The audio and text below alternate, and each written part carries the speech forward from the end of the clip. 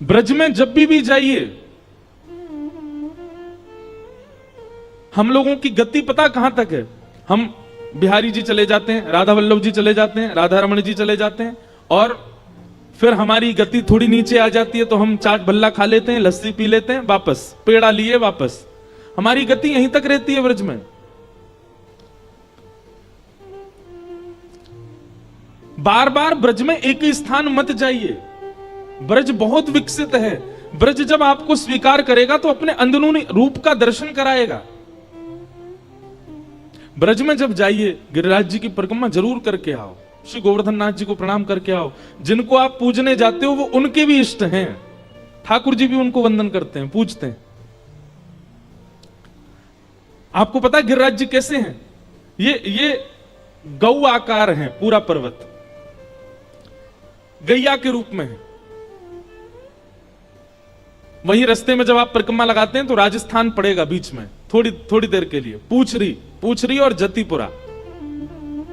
तो उसका नाम पूछरी क्यों है? क्योंकि वहां गौ आकृति वाले श्री गिरिराज जी की पूंछ है। वो गौ के आकार में है ना गिरिराज पर्वत, तो वहां पूंछ है, इसलिए उसको पूछरी बोलते हैं। वहां पूछरी के लौठा विराजमान है, जिनकी हम रोज जय जयकार करते हैं, पूछरी के लौठा की।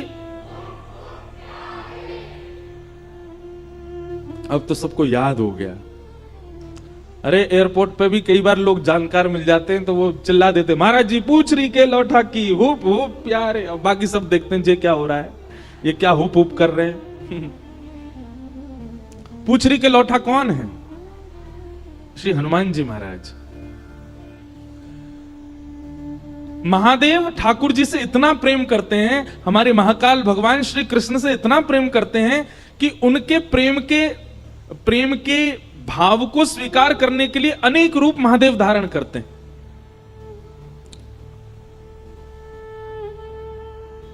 ठाकुर जी का सेवा का भाव प्राप्त हो सके, इसीलिए महादेव ने श्री हनुमान जी का रूप धारण किया। तो राम अवतार में हनुमान जी ने खूब सेवा की, लेकिन हनुमान जी के मन में आया कि एक बार ठाकुर जी के हम सखा भी बने। तो वही हनुमान जी द्वापर में श्री कृष्ण के परम सखा बनकर के आए, और गिरिराज जी में उनका स्थान है पूछरी के लौठा। तो वो क्या करते थे? ठाकुर जी गैया चराने गिरिराज जी पे जाते तो गैया चढ़ती थी, ठाकुर जी क्या करते थे? बोले पूछरी के लौठा हनुमान जी के पास जाकर के मल्ल युद्ध सीखते थे, कैसे मल्लों को परास्त करना है। तो श्री हनुमान जी ठाकुर जी को बैठा करके सिखाते थे कि बड़े बड़े मल्ल सामने आए तो उनसे कैसे कुश्ती करनी है, कैसे उनको पछाड़ लगानी है। जब भगवान ब्रज छोड़ करके जा रहे थे, सब ब्रजवासियों से कह के गए मैं परसों आ जाऊंगा, तो हनुमान जी भी आए। बोले अब कुश्ती सीखने नहीं आओगे? बोले नहीं, आपकी सिखाई कुश्ती से ही कंस को परास्त करने जाएंगे हम। बोले अब कब लौट के आओगे? बोले हम जल्दी आएंगे। तो बोले मैं कहां जाऊं? बोले आप गिरिराज जी पूछरी पे ही विराजो, मैं जल्दी लौट के आऊंगा। आज भी पूछरी के लौठा वहां प्रतीक्षा कर रहे हैं कि श्री ठाकुर जी आ रहे होंगे। इसलिए जो भी गिरिराज जी की परिक्रमा करने जाता है उनको जरूर प्रणाम करता है। श्री हनुमान जी महाराज वहां विराज रहे हैं।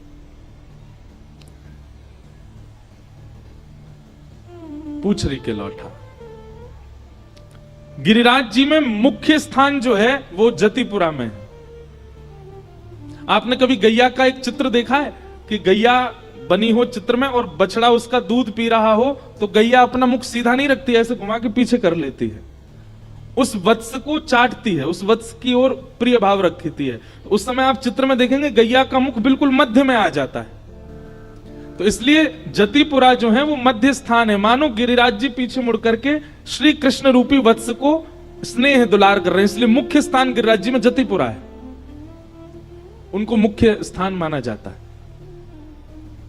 तो ऐसे गिरिराज जी की परिक्रमा करने जाया करो। श्री राधा कुंड कृष्ण कुंड में स्नान किया करो। स्नान नहीं कर सकते तो आचमन किया करो, और आचमन नहीं कर सकते तो कम से कम थोड़ी देर बैठ करके वहां पर आपको जो स्तुति आती है, आपको जो भजन आते हैं, आपको जो कीर्तन आते हैं, आपको जो नाम आता है, किशोरी जी को सुनाओ।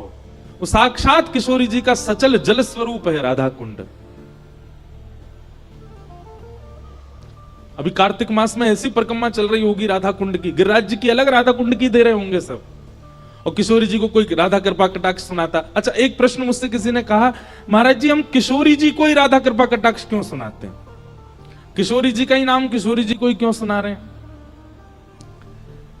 वास्तविकता तो ऐसी है कि जब हम किशोरी जी का कोई भी गुणगान गाते हैं, हमारी भावना ऐसी है कि हम किशोरी जी को सुना रहे हैं, पर वो किशोरी जी नहीं सुनती, सामने बैठकर के श्याम सुंदर सुनते हैं। इसलिए ब्रज में सब राधे राधे क्यों कहते रहते हैं? किशोरी जी भी राधे राधे बोलती हैं, स्वयं अपना नाम ही किशोरी जी बोलती घूमती हैं पूरे कुंज में। निकुंज की लीला में वर्णन आता है कि किशोरी जी भी जब सखियों के बीच में बैठती हैं तो सब सखियों से कहती है कीर्तन करो। क्या कीर्तन करें? बोले श्री राधा यही कीर्तन करो। एक दिन ललिता विशाखा के चित्त में ये प्रश्न उठा, बोले किशोरी जी अपने नाम का ही कीर्तन करवा रही हैं।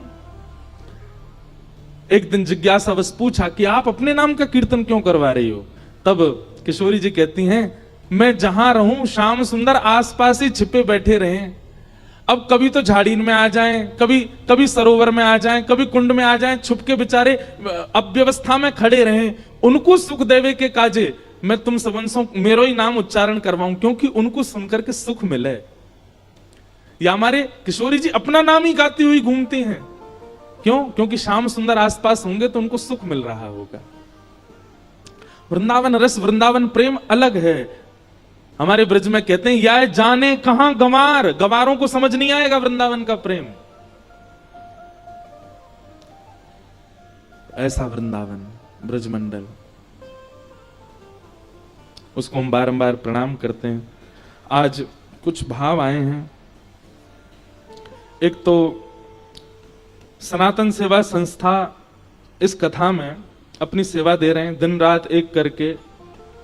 तो इस सनातन सेवा संस्था ग्रुप जो है, इनसे मैं मिला भी सबसे, ये मंदिरों को स्वच्छ करने का काम करते हैं। जगह जगह जाते हैं, जो भी मंदिर होते हैं उनको स्वच्छ करने का, स्वच्छकरण करने का इनका कार्य है। और ये देश का पहला ऐसा ग्रुप है जो इस प्रकार की सेवा कर रहे हैं। 4 लोगों से शुरू हुआ था, आज 1000 सदस्य हैं इसमें। एक बार इनके लिए खूब तालियां। ये लोग मंदिर स्वच्छ करते हैं और ब्लड डोनेशन का कार्य भी आप लोग कभी कभी शिविर लगाते हैं, पौधारोपण भी करते हैं। और ये सारे युवा बालक हैं, सनातनी इन्फ्लुएंसर ग्रुप। व्यास मंच से इनको बहुत बहुत शुभकामनाएं। आप लोग ऐसे ही लगे रहिए।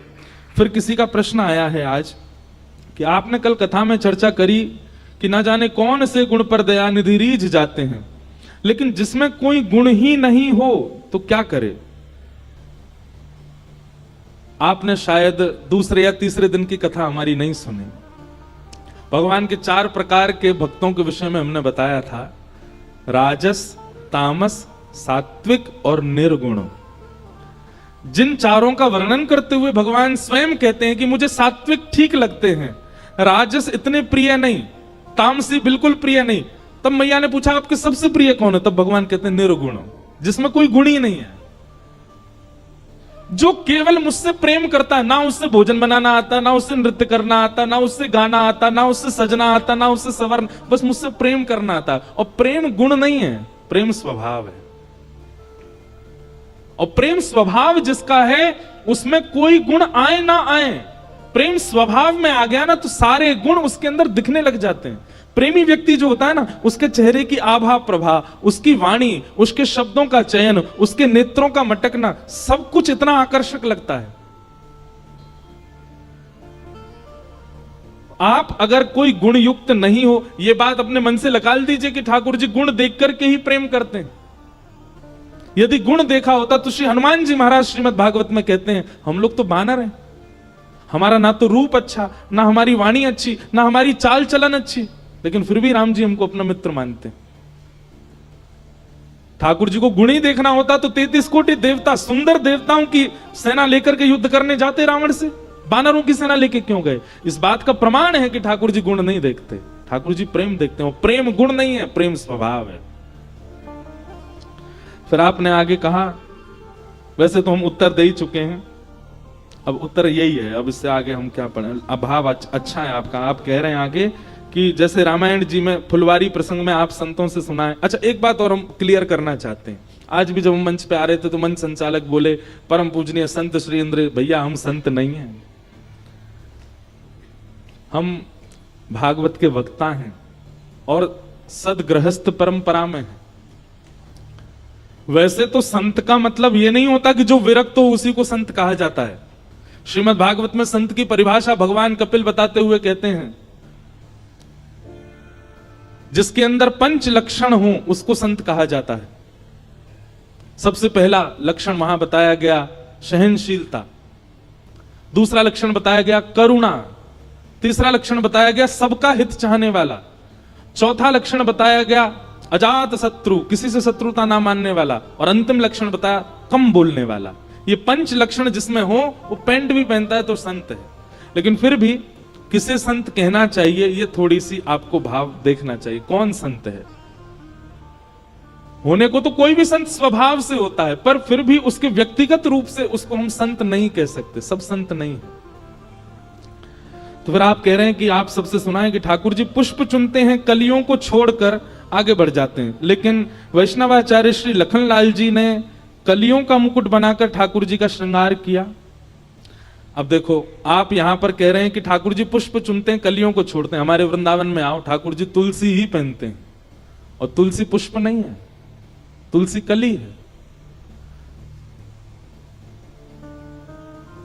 रतन सिंहासन आप विराजे, मुकुट धरे तुलसी को, आली माने लागे वृंदावन को।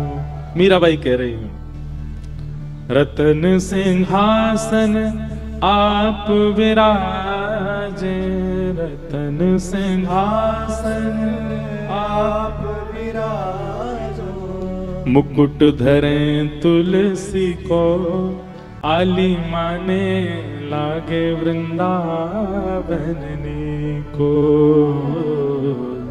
लागे वृंदावन को, आली माने। दूसरी बात, पुष्प केवल उतनी देर ठाकुर जी अपने पास रखते हैं जितनी देर वो खिला हुआ है। जैसे मुरझा जाता है तो सेवक को आज्ञा कर देते हैं अब इसको दूर करो। पर तुलसी जी का नियम है कि वो मुरझाने के बाद भी, एक बार अर्पित करने के बाद भी धो करके दोबारा चढ़ाई जा सकती है। और यही महादेव के साथ भी है। महादेव को भी पुष्प चढ़ाते हैं लोग, पर महादेव को अति प्रिय क्या है? विल्वपत्र। और विल्वपत्र का भी नियम है आप धो के दोबारा चढ़ा सकते हो, पुष्प को धो के दोबारा नहीं चढ़ा सकते आप। तो पुष्प कौन है? गुणयुक्त भक्त। और कलियां कौन है? निर्गुण भक्त। निर्गुण भक्त जितनी बार चाहो ठाकुर जी उसको स्वीकार कर लेंगे, पर गुण वाले को तो ठाकुर जी कभी कभी गुण लेने के लिए लेते हैं, फिर उसके बाद उसको फिर किनारे कर देते हैं। तो इसलिए गुण होना अति अनिवार्य नहीं है। तो आपने कहा लखनलाल जी कलियों का मुकुट बनाकर ठाकुर जी का श्रृंगार कर दिया, जय जय। आप कृपा करके कोई युक्ति बता दीजिए जिससे संत प्रसन्न हो जाएं, भक्त प्रसन्न हो जाएं। कोई त्रुटि हो तो क्षमा करना, आपका भाव। हमने सारे उत्तर प्रश्न बोलते बोलते ही दे दिए हैं, इनका पालन करो, निर्गुण हो जाओ, जरूरी नहीं है। और सबसे बड़ी बात बताएं बंधुओं, आपके पास यदि कोई गुण है तो अधिकतर यहां जितने भी लोग बैठे हैं लगभग अपनी आयु के बहुत श्रेष्ठ समय को आप सब देख चुके हो। अब तक आप सारे गुण संसार को प्रकट करके दिखा चुके हो, संसार को प्रभावित कर चुके हो। अब इस कथा के दक्षिणा रूप में एक चीज दे दीजिए कि कल से अपने सारे गुण ठाकुर जी को प्रस्तुत करो। आपको गाना आता है, ठाकुर जी को गा के सुनाओ। आपको नृत्य करना आता है, ठाकुर जी को नृत्य करके दिखाओ। आपको भोजन बनाना बहुत अच्छा आता है, तो कोई माताएं भोजन बनाना जानती हैं तो सबसे पहले पति या पुत्र के लिए बनाती हैं, पर अब ठाकुर जी के लिए बनाओ। अब आपके पास जो सद्गुण है भी वह संसार के लोक रंजन के लिए नहीं, ठाकुर जी की प्रसन्नता के लिए प्रस्तुत करो। हम तो कितने सारे बच्चे ऐसे हैं जो जुड़े हुए हैं कथाओं से, अधिकतर सब बच्चे ही हैं। कोई एमबीबीएस की पढ़ाई कर रहा है, कोई चार्टर्ड अकाउंटेंट बना हुआ है, कोई अलग अलग फील्ड्स में सब काम कर रहे हैं। तो वो लोग पूछते महाराज जी हम सेवा कर, मैंने कि काम करो, खूब अच्छी पढ़ाई करके जिस फील्ड में भी आप वो श्रेष्ठ बन जाओ और आकर के फिर ब्रज की सेवा करो। जैसे 2 बालिकाएं हैं, उनको तो वो डॉक्टर बनने वाली है, उन्होंने ब्रज में जगह ले ली, अब वहीं क्लिनिक खोलेंगी और बोली महाराज जी हम ब्रजवासियों की तो 10 रुपए सेवा लिया करेंगे, बाहर वालों के 200 रुपए लिया करेंगे। मैंने कहा हाँ ऐसी चलाओ, इससे आपकी ब्रज सेवा हो जाएगी। ब्रज की सेवा करो, तीर्थों की सेवा करो, धामों की सेवा करो, वैष्णव संतों की सेवा करो। देखो बड़े बड़े शहर तो अपने आप विकसित हो ही रहे हैं, बड़े बड़े शहरों में सब अपने आप विकसित हो रहा है। अब आवश्यकता है हमारे तीर्थों को, हमारे धामों को। उनको विकास नहीं चाहिए, पर वहां सब कलियां होनी चाहिए। सुंदर सुंदर डॉक्टर्स भी हों, अच्छे अच्छे अकाउंटेंट्स भी हों, अच्छे इंजीनियर्स भी हों, और वो अपनी विद्या का प्रकार धाम के उत्थान में लगाएं। प्राचीन अयोध्या कैसा था उसको अपनी आधुनिकता से प्रकट करें। इस प्रकार की भावना कभी कोई मन। अब हमारे वृंदावन जाओ, हम ब्रजवासी हैं, वृंदावनवासी हैं, हमने यमुना जी का आचमन ना जाने कितने वर्षों से नहीं किया होगा, हम पी नहीं सकते। यमुना जी का जल हाथ में लो, इतने कीड़े उसमें, कैसे पान करें, बहुत कष्ट होता है। शास्त्र कहते हैं ठाकुर जी सारी लीला यमुना तट पर करते हैं, पर हमने यमुना तट छोड़ा कहां है वृंदावन में। नर्मदा जी जैसे कलकल करती बहती हैं, बहुत सुख मिलता है। गंगा जी को जब देखते हैं तो बहुत सुख मिलता है, पर यमुना जी को देख के इतनी पीड़ा होती है।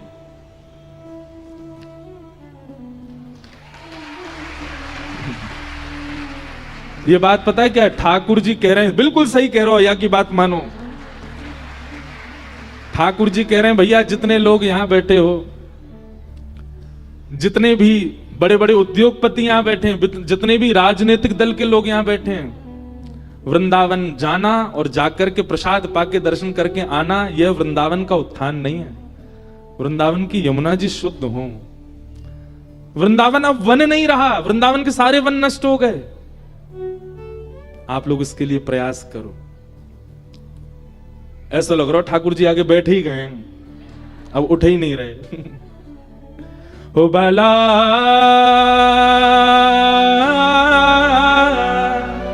मैं बैरागन हूंगी, मैं बैरागन हूंगी, मैं बैरागन। ठाकुर जी आए हैं, अंधेरा हो रहा है, कोई किसी को